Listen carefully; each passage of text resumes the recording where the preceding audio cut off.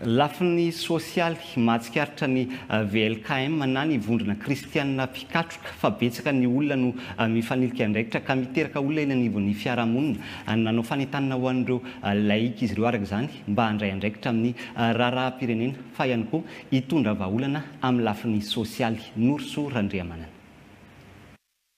Miroso amin'ny fampandraisana andraikitra ny laika katolika eo amin'ny raharaham-pirenena ny VLKM na vondrona laika kristianina mpikatroka. Politika efa mana olana amin'ny resaka sosialim-bahoaka amin'ny alalan'ny fampianarana ny fiangonana momba ny fiarahamonina. Ny politika tsy les politiques politiciennes, izany hoe les politika fitadiava-toerana, fanakontanana sy ny sisa. Na io amin'ny resaka hoe politika mikasika ny fanjakana. Ohatra hoe ny PGE takan'izany. Dia ireny zany azavaina amin'ny olona hoe zao angery olona no politika ny fanjakana. Zao ohatra hoe Andriamatoa filoha dia efa tena mametraka mihitsy hoe ilaina ny politika mikasika ny arinaratra, mikasika ny rano satria tena mety amin'ny zoa mankasy ny maha-olona. Ilaina koa ny politika tsy maintsy apetraka amin'ny resaka vary, politika ambary. Tamin'ny taondasa dia nanampy ny tantsahantany amin'ny toerana nandalovan'ny rivodozany VLMK toy ny faritra Morimani sy ny faritra avaratra Madagasikara. Ankoatry ny famolavolana ny tanora tantsaha mpamokatra. Mifototra amin'ny fanarahana ny afatry ny Evekaray aman-dreny sy ny Papa ny vondrona ka manentana ny rehetra ihany koa mba tsy hifanilika andraikitra manoloana ny olana ara-tsosialy. Betsaka no manilika andraikitra dia mitady hoe iza ny tompony andraikitra fa samy tompony andraikitra daholo. Ho an'ny fampianarana fiangonana momba ny fiarahamonina dia aza mijery na manaratsy ny afaka aloha fa jereo ny ataontsika. Tsika be manao ny ampy eo anivon'ny firenena. Dia izay zany mampiasa ny fampianarana fiangonana momba ny fiarahamonina na amin'ny lafiny fanabeazana na amin'ny lafiny politika. No mafisina teto ihany koa fa ny vahoaka no mibaby ny tsy fanarahan-dalàna ataon'ny olombitsy eto amin'ny firenena. Izay zavatra rehetra alainao, ohatra fotsiny ny volamena ohatra. Raha ny tokony ho izy dia ny fanjakana no andrin'ny fitantanana an'ilay izy. Nefa rehefa alainao ilay izy dia ndikan'izany zany lasa marefo ny fanjakana satria ny eto manana lasa tsy ampy. Fanjakana zany inge tsy hoe fitondram-panjakana fotsiny fa ny vahoaka fanjakana. Ka raha voaenao koa manala ny amin'ny fanjakana ny zavatra tokony ety manana dia sahirana ny fanjakana ary tsy afaka manao ny asany araka ny tokony. Izany rehetra izany dia miainga sy mifototra amin'ny fanabeazana mba hisiany ainga avao eny anivon'ny fiarahamonina malagasy.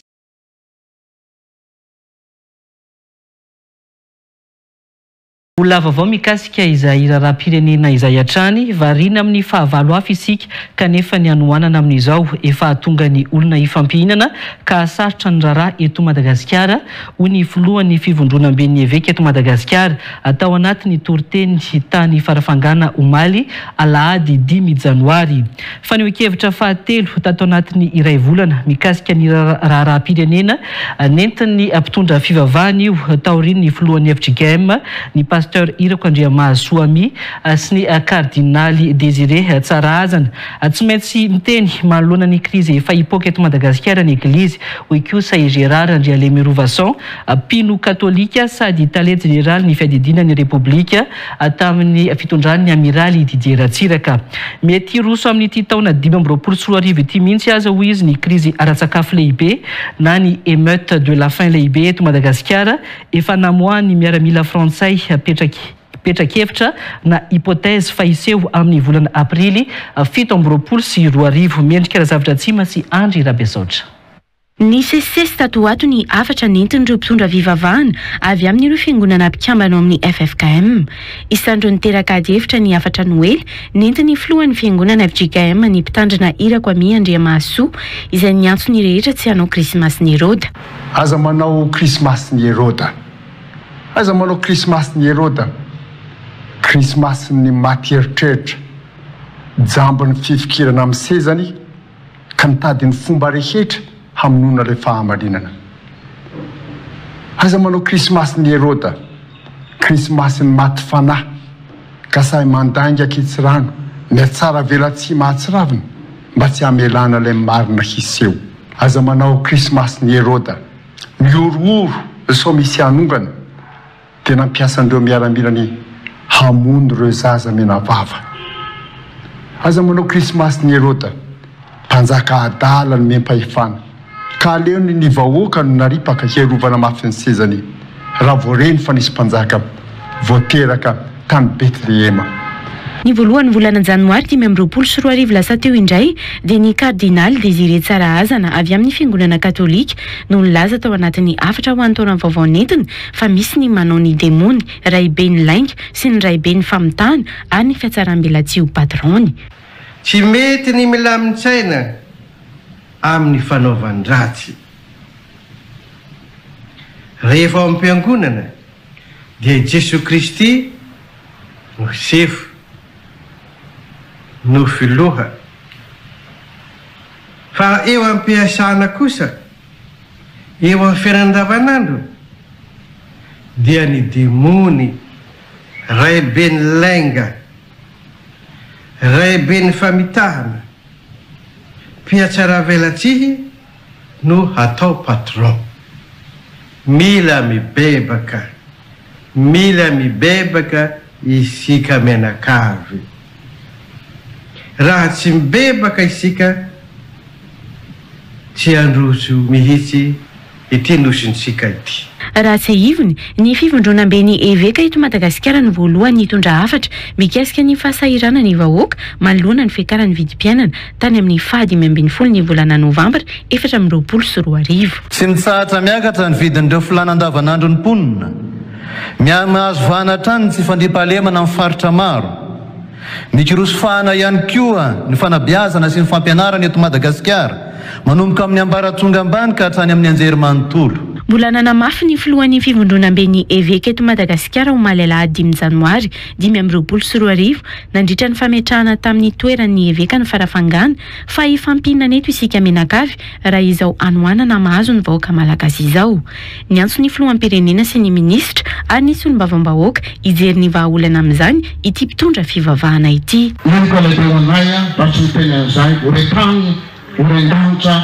Satria sika varina amin'ny favalo hafa fa ny tena favalo dia ny anoanana,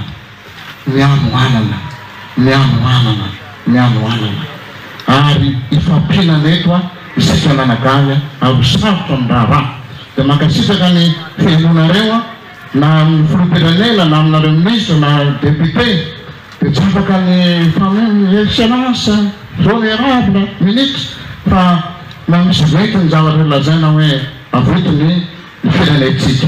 Rary ny fiangonana raha miteny manoloana ny krizy ara-tsakafo misy eto Madagasikara hoy Gérard Andriale Mirovason, tale général ny fiadidinan'ny Repoblika tamin'ny fitondrany Amiral Didier Ratsiraka. Tsy any amin'ny fitsikeranan ny mopera sy ny kardinaly araka izany hoy izy no tokony olana fa io krizy ara-tsakafo iainan'io. Amin'izao fotoana izao moa manana krizy alimentaire sika ao amin'ny fahantrahana dia normal raha miteny ny fiangonana agnaty ny tenin'ny classement io hoe eo agasina ambany siny koa zay vao mangina zay fa tokotry andraisana azy fa ny adalana mpanao politika fotsiny dia vahina amin'ny tenin'ny mopera sy pasteur anefa ny olana sy hany misy le mopera sy pasteur mampasiahy fotsiny hoe zao ny zavatra iainan'ny vahoaka malagasy.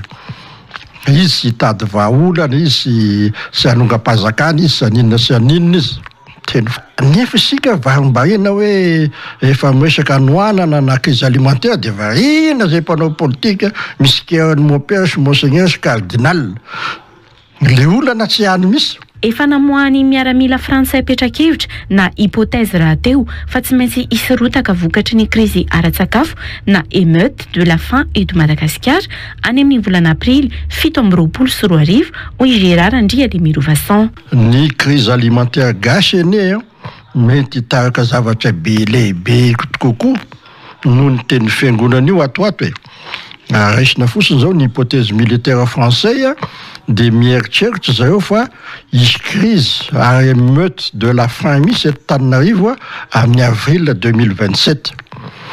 ary io crise alimentaire ny tanina io fa mety hanova zavatra dehibe misy raha ny hypothèse militaire français no zay reva sika zany. Tsy fantatra nefa nandroso amin'ity volana aprily 2024 ity io crise ara-tsakafo lehibe eto Madagasikara io hoy Gérard Andrialémy-Rovason. Zavatra misy amin'izao fotoana izao le crise no eritreretina ho amin'ny avril 2027 tsy fantatra handroso amin'ny avril 2025 io crise alimentaire io. De ny réponse militaire appropriée amin'izay zavatra zay zany zao no sisy mahafantatra solo mihitsy. Azy sisy mieritreritra misy na zay mpanao politika malagasy na mpitondra malagasy. Saika nitondra fiovana fitondrana teto Madagasikara hatrany nefa ny fijoroan'ny fiangonana tahaka izao hoy Gérard Andrialémy-Rovason. Ny fijoroan'ny fiangonana fatatsika daholo na tamin'ny 91 na tamin'ny 2002 na tamin'ny 2002 fa dia nitondra fiovana fitondrana foana. Zay zavatra misy zay hatrandro satria sy ny mpanao politika loatra no mifehy ny fanovana eto Madagasikara fa matetika ny fiangonana. Zay sy azo lavina zay nahavoanay tamin'ny 91, zay nahavoanay tamin'ny 2002, nahavoana Valmanany tamin'ny 2009. Dimindray mitoakatikatra dia miany sika fa sika kosa mpaminany. Saika ny amin'ny lafiny sosialy sy ny politika moa no nitondrany ireo filoham-piangonana fanamariana tao anatin'ny afatra nentiny izy ireo ny sesy ireo. Eo amin'ny vaovao toe-karena sy sosialy kosa indray efa tafiakatra 500 sy arivo ariary ny kapokany vary izay efa 4 ariary ny iray kilao raha ny vidim-bary anatin'ireo mpivarotra eny an-tsena amin'izao. Ny vary makalioka sy ny dista no tena nahitana fiakarany be raha ny ambaran'ireo mpivarotra raha toka tsy misy latsaky ny arivo ariary intsony ihany koa ny kapokany vary. Tsy maintsy vidina nefa ny vary ka ny fampianana ny kapoka hoanina sy ny fanaovana azy ho vary sosoa be rony mba hitombo ny vahaolana aroson'ireo olon-tsotra raha nanontaniana tamin'ity androany ity. Nansirana Evson sy Irina Rardera no hitatitra an'izay fanadihadiana izay.